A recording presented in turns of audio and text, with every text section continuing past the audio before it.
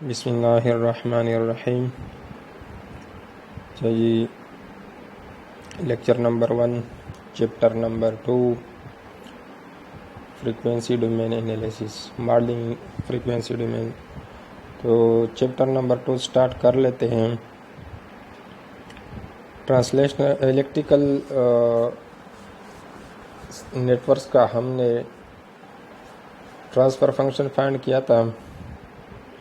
Translational mechanical system के ऊपर भी कुछ काम हमने किया था, लेकिन मैं रिव्यू दे रहा हूँ ताकि आपको दोबारा याद हो जाए। तो like electrical networks mechanical system can be model by transfer function GFS। तो अब ट्रांसफ़र फंक्शन क्या चीज़ है? Transfer function is a function that algebraically relates the Laplace transform of the output to the Laplace transform of the input. यहाँ पे definition है Laplace transform की कि यानी output to the input ratio, मगर उसके लिए कंडीशन ये है कि आउटपुट इनपुट दोनों लैप्लास डोमेन में होने चाहिए। तो मैकेनिकल सिस्टम दो तरह का होता है, ट्रांसलेशनल मैकेनिकल सिस्टम और रोटेशनल मैकेनिकल सिस्टम। सबसे पहले हम ट्रांसलेशनल मैकेनिकल सिस्टम पढ़ेंगे। ट्रांसलेशनल मैकेनिकल सिस्टम वो सिस्टम है जिसमें हम लीनियर मोशन पढ़ेंगे, कोई सर्कुलर मोशन नहीं होगी, यहाँ पे लीनियर मोशन होगी। तो जिस तरह इलेक्ट्रिकल नेटवर्क में हमारे पास कैपेसिटर, इंडक्टर और रेजिस्टर 3 कंपोनेंट्स थे, पैसिव कंपोनेंट्स, इसी तरह हमारे पास मैकेनिकल सिस्टम में, ट्रांसलेशनल मैकेनिकल सिस्टम में स्प्रिंग, मास और विस्कस डेम्पर, ये 3 कंपोनेंट्स होंगे। यहाँ पे जो स्प्रिंग और मास है, ये एनर्जी स्टोरेज एलिमेंट्स है। जिस तरह इंडक्टर कैपेसिटर में एनर्जी स्टोर होती है और रेजिस्टर में चूँकि ओनली डिसिपेट होती है एनर्जी, तो विस्कस डेम्पर बिल्कुल रेजिस्टर की तरह है। नीचे टेबल गिवन है, टेबल 2.4। यहाँ स्प्रिंग कांस्टेंट के एफ जो विस्कस डेम्पर है constant and M mass of the body, इनके दरमियान इनके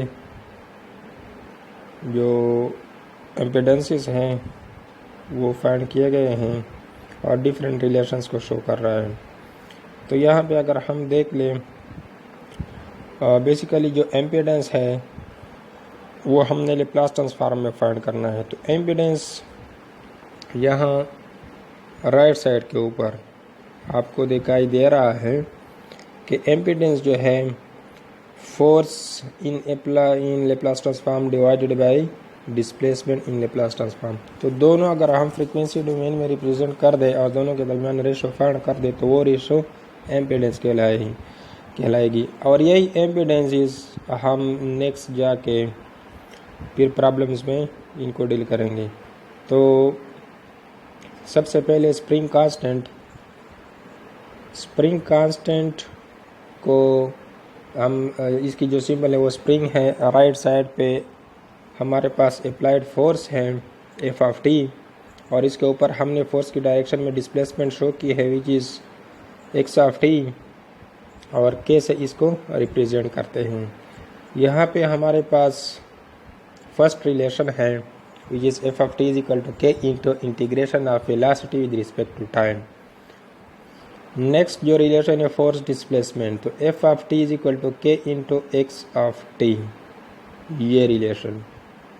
यहाँ से हम जो हमारे पास इम्पीडेंस है वो निकाल सकते हैं। यहाँ पे दोनों को अगर हम लैप्लास ट्रांसफॉर्म में कर दे तो this will become F(s) = k into x(s).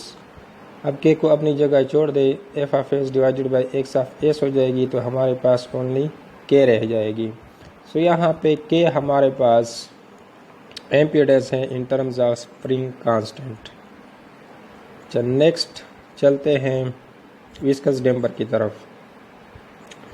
Viscous damper के लिए हमारे पास सिंबल जो है ये सिंबल है।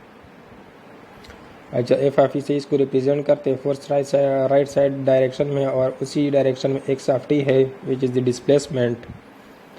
तो फर्स्ट रिलेशन वेलोसिटी और फोर्स की, ये F of T is equal to F V into V of T, यानी डायरेक्ट वेलोसिटी के साथ अगर हम विस्कस डैम्पर का जो कांस्टेंट है वो मल्टीप्लाई कर दे तो हमारे पास ये फोर्स बन जाएगी।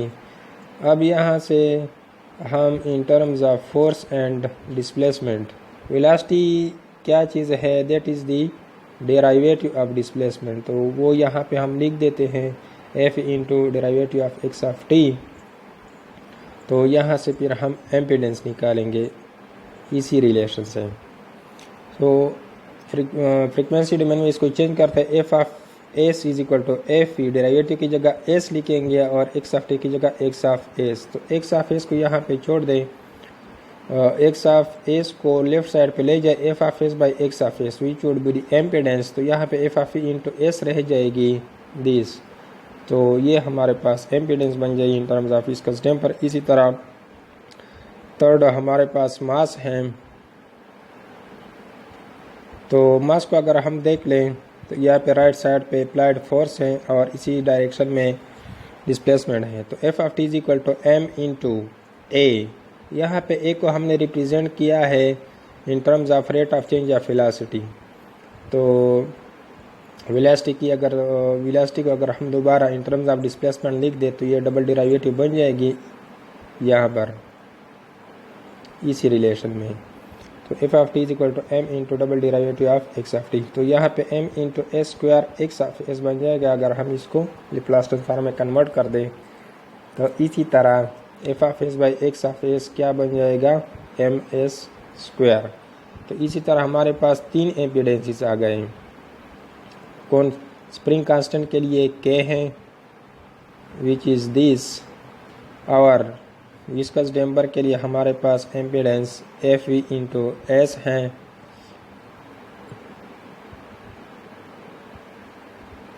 और मास के लिए हमारे पास एम एस स्क्वायर। तो नेक्स्ट चलते हैं, we are now ready to find transfer function for translational mechanical system. अब सिस्टम के लिए एम्पीडेंसेस हमने फाइंड कर दिए हैं, तो अब हम जाते हैं एक एग्जांपल की तरफ। प्रॉब्लम क्या है, find the transfer function x of S by F of S for the system of figure 2.15a। ये बुक के अंदर पेज नंबर 63 के ऊपर है, एग्जांपल है। तो यहाँ पे हमारे पास तीनों एम्पीडेंसेस मौजूद है जो कि इसे एक लेफ्ट साइड पे खास सपोर्ट के साथ बांधे हुए हैं थ्रू के। अच्छा जी, के कनेक्शन को रिप्रेजेंट करती हैं, एफ ई विस्कस डैम्पर है, फ्रिक्शन को रिप्रेजेंट कर रही है between fix support and the moving body, और मास एम को रिप्रेजेंट। फोर्स जो है राइट साइड के डायरेक्शन में है, ये है, और इसी डायरेक्शन में डिस्प्लेसमेंट है। तो इसी सिस्टम को हमने मॉडल करना है, इसके लिए ट्रांसफ़र फंक्शन फाइंड करनी है। तो ट्रांसफ़र फंक्शन फाइंड करने के लिए हमारे पास दो तरीके हैं। सबसे पहले यहाँ हम फ्री बॉडी डायग्राम पढ़ेंगे, फिर नेक्स्ट जाके इंस्पेक्शन मेथड से इसको सॉल्व करेंगे। सॉल्यूशन,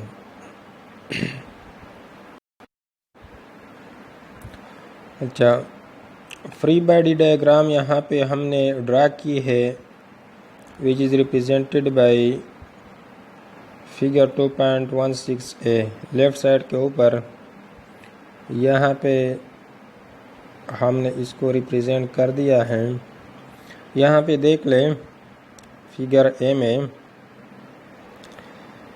कि के जो है इसकी मोशन को अपोज कर रही है। तो अगर फोर्स हमने राइट साइड के ऊपर लगाई है तो डिस्प्लेसमेंट भी राइट साइड डायरेक्शन में होगी, चूँकि के अपोज कर रही है तो के की वजह से जो फोर्स है विच इज़ के इंटू एक्स ऑफ टी वो लेफ्ट साइड डायरेक्शन में होगी। इसी तरह फ्रिक्शन की वजह से भी अपोजिंग फोर्स होगी जो इस मोशन को अपोज करेगी, तो वो भी लेफ्ट साइड डायरेक्शन में होगी, और इसी तरह मास भी इस मोशन को अपोज कर रही है तो वो भी लेफ्ट साइड के डायरेक्शन में है। इसको कहते हैं फ्री बॉडी डायग्राम। यहाँ पे मास के ऊपर जितने भी फोर्सेस हैं उनको हमने डायरेक्शन के साथ रिप्रेजेंट करना है। फिगर बी में यहाँ पर हम देख रहे हैं कि वही फोर्सेस है, लेकिन इनको हमने फ्रीक्वेंसी डोमेन में शो कर दिया है। एफ ऑफ टी की जगह एफ ऑफ एस लिखा है, एक्स ऑफ t की जगह x ऑफ s लिखा है और बाकी जो है इसी तरह ये तीनों जो है अपोजिंग फोर्सेस हैं जो इस मास के ऊपर हैं लेफ़्ट साइड के डायरेक्शन में। अच्छा, नेक्स्ट चलते हैं इसकी सॉल्यूशन की तरफ। अब हमने क्या करना है, डिफरेंशियल इक्वेशन बनानी है यूजिंग न्यूटन लॉ। तो न्यूटन लॉ क्या है, to sum to zero all of the forces shown on the mass. Mass के ऊपर जितने भी फोर्सेस हैं इन सब फोर्सेस का सम हमने ज़ीरो के बराबर लेके आना है। तो सबसे पहले इस इक्वेशन के ऊपर आते हैं कि लेफ़्ट साइड के डायरेक्शन में हमारे पास तीन फोर्सेस थे which was due to mass, friction और ये स्प्रिंग कांस्टेंट। ये तीनों लेफ़्ट साइड के ऊपर थे माइनस एफ ऑफ टी। चूँकि F of T right side direction में थी तो नेगेटिव साइन के साथ आएगी। तो इन तीनों फोर्सेस का sum minus F of T is equal to zero. अब एफ ऑफ टी को हम राइट साइड पे ले जाते हैं तो वो पॉजिटिव साइन के साथ आ जाती है। तो ये हमारे पास फोर्सेस हो गए, डिफरेंशियल इक्वेशन हो गए इन terms of all the forces. अब चूँकि ये टाइम डोमेन में है तो taking the Laplace transform considering zero initial condition. Initial conditions को ज़ीरो आपने कंसीडर करना है जब भी टाइम डोमेन से फ्रीक्वेंसी डोमेन पे जाएंगे, यानी लैप्लास ट्रांसफॉर्म लेंगे। चूँकि सिस्टम में कोई इनिशियल स्टोर एनर्जी नहीं होनी चाहिए, सिस्टम को हम ज़ीरो से स्टार्ट कर रहे हैं, इसलिए एज्यूमिंग ज़ीरो इनिशियल कंडीशंस। तो यहाँ पे मास की जगह इसी इक्वेशन को अगर हम देखें इसी को, तो मास की जगह m डेरिवेटिव स्क्वायर की जगह s स्क्वायर डेरिवेटिव को रिप्लेस करेंगे by just simply s which is the frequency domain variable into x of s। इसी तरह f into s x of a plus k into x of s is equal to f of s। अच्छा जी, यहाँ पे x of s को common लेते हैं is equal to f of s। तो नेक्स्ट ज़रा इसको रीअरेंज कर देते हैं, यानी एफ ऑफ एस को लेफ़्ट साइड पे ले आते हैं और जितने भी इम्पीडेंसेस का सम है ये राइट साइड पे ले जाएंगे तो 1 ओवर सम ऑफ इम्पीडेंसेस बन जाएगी। तो इसी तरह हमारे पास ये इक्वेशन आ जाएगी which is this transfer function G of S. यहाँ पे हमारे पास जो डिस्प्लेसमेंट थी वो आउटपुट थी, रिक्वायर्ड थी, और एफ ऑफ एस जो थी इनपुट थी, अप्लाइड फोर्स थी। जी ऑफ एस रिप्रेजेंट कर रही ट्रांसफ़र फंक्शन को, तो ट्रांसफ़र फंक्शन इस केस में हमारे पास आ गई 1 over M S square plus F into S plus K. अच्छा, इसको रिप्रेजेंट ब्लॉक डायग्राम के ज़रिए से, ब्लॉक डायग्राम में ये हमारे पास इनपुट हैं, this is input, this is system transfer function, और ये जो है ये हमारे पास आउटपुट है। सो ये कंप्लीट सॉल्यूशन बन गई हमारे एग्जाम्पल की। तो ट्रांसफ़र फंक्शन को इसी तरह फाइंड करेंगे मैकेनिकल सिस्टम में।